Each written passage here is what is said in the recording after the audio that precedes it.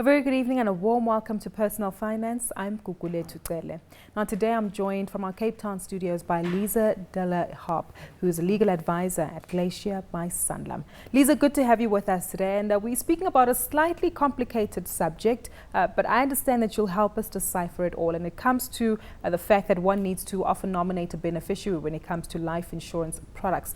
Perhaps before we get into the nitty-gritties regarding nominating a minor as a beneficiary, walk us through the importance of the election of a beneficiary for one's life insurance cover. Yes, thank you very much for having me. On a life insurance, if I can use a living annuity policy as an example, just to explain, you have the right to nominate a beneficiary. Obviously, the benefit of nominating a beneficiary is that it actually doesn't get paid. The proceeds at your death will not get paid to the estate. It would get paid to the beneficiary, thereby keeping it out of your estate, which then obviously means it doesn't have the estate duty, even though a living annuity is actually one of the exclusions from estate duty, but hypothetically. And you would then bypass the executive fees and all of that. You do not have to appoint a beneficiary. If you do not, it will be payable to your estate.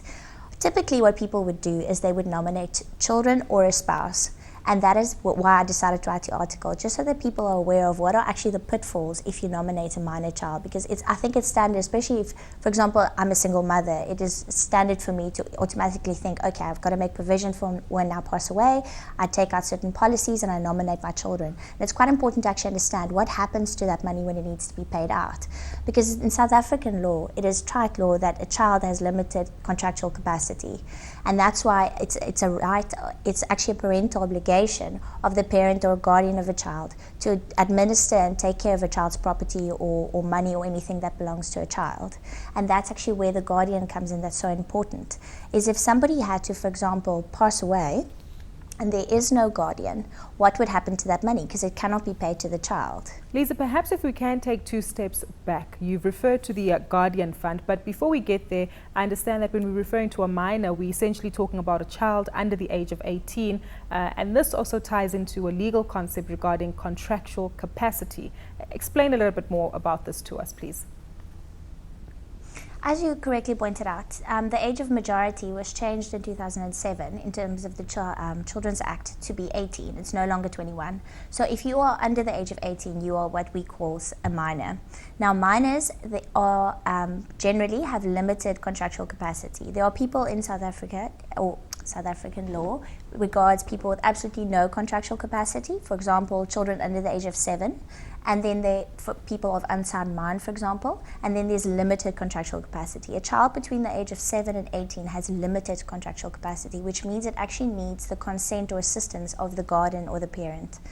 And that is why it is important to understand that is actually where it comes about, where the problem comes in with nominating a child as a beneficiary on a policy, because when the proceeds become payable, the child won't actually be able to, the minor, to be able to administer the funds that then pays out because they have limited contractual capacity.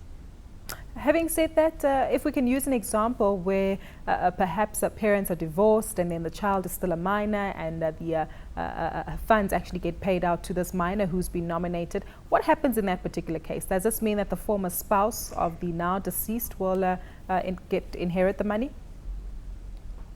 Well, let's assume, for the sake of your example, let's make a couple of assumptions, because that is actually a very, very good example, because that is what people generally, I think, tend to think about when nominating children on policies. Is, let's say you had an acrimonious divorce, as many divorces are, and you want to just walk away from each other, and you've decided that you're going to remove, say for example, your spouse from your living annuity policy, and you're going to nominate your child to receive it. Now, nobody anticipates to pass away while their children are still minors.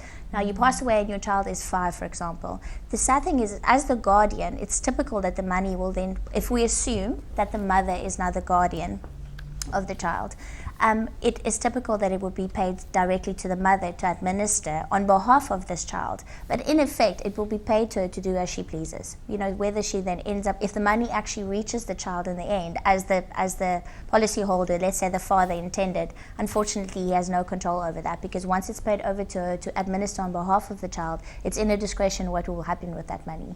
And that is the sad realization of it. Completely goes against what the policyholder would have envisaged when nominating the child. Sure. Scary legal implications here. It is.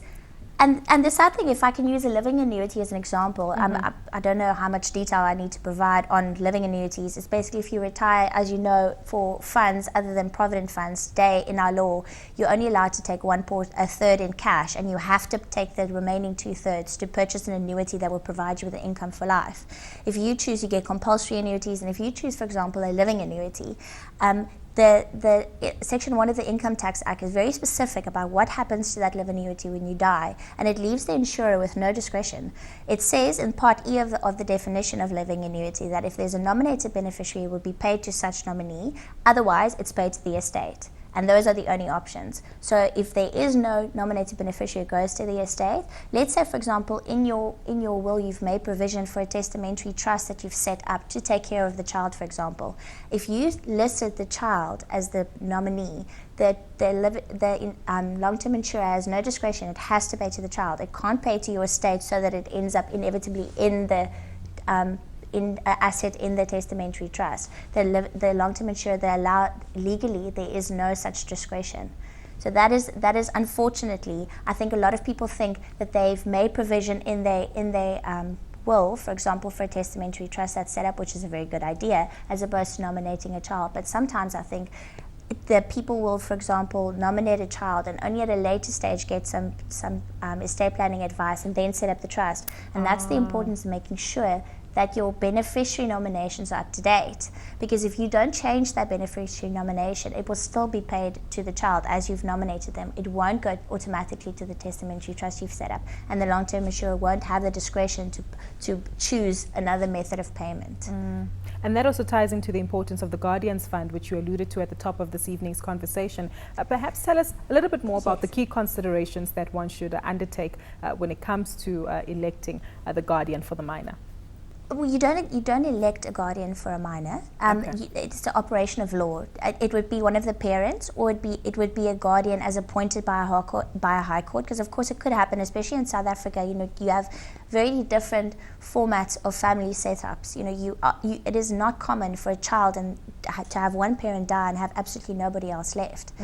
So there are examples where a child is left with no guardian, and it's a high court. The master of the court cannot appoint a guardian for a child. It's only the high court that can, but it's by way of application. So you don't get to appoint. You can appoint a guardian in terms of your will, for example, if there isn't.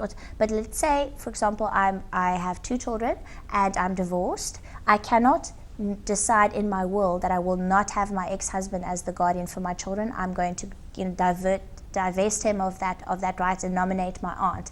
You can't do that. It would be a case of, let's say they had no father or their father predeceased. I could, in terms of my will, appoint a guardian for my children as well. Perfect. Well, we've certainly said quite a bit. Let's get a quick recap now of some of tonight's takeaway points.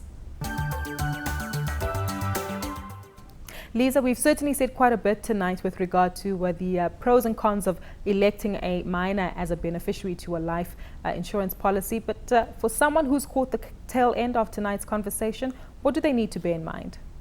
I think it's important to just start off with remembering that children have limited contractual capacity, and that the parent has, or the guardian, which typically would be the parent, has an obligation towards the child, or the right as well, to administer a child's assets or money.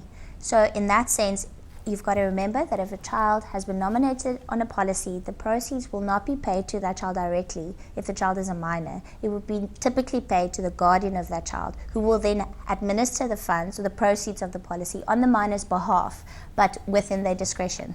So it's important to bear in mind, if you nominate a minor as a beneficiary on a policy, that minor, until the age of 18, the natural or the legal guardian will be in the position of administering the funds on their behalf, and that it could actually then end up never actually reaching the child for who it was intended.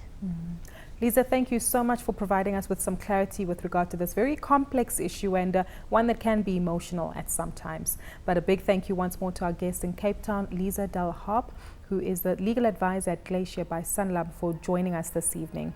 Now, do remember that you too can still be part of the conversation by sharing your thoughts with us on social media platforms at CNBC Africa using the hashtag Finance410, or to myself at Gugulethu. Until next time, have a wonderful evening.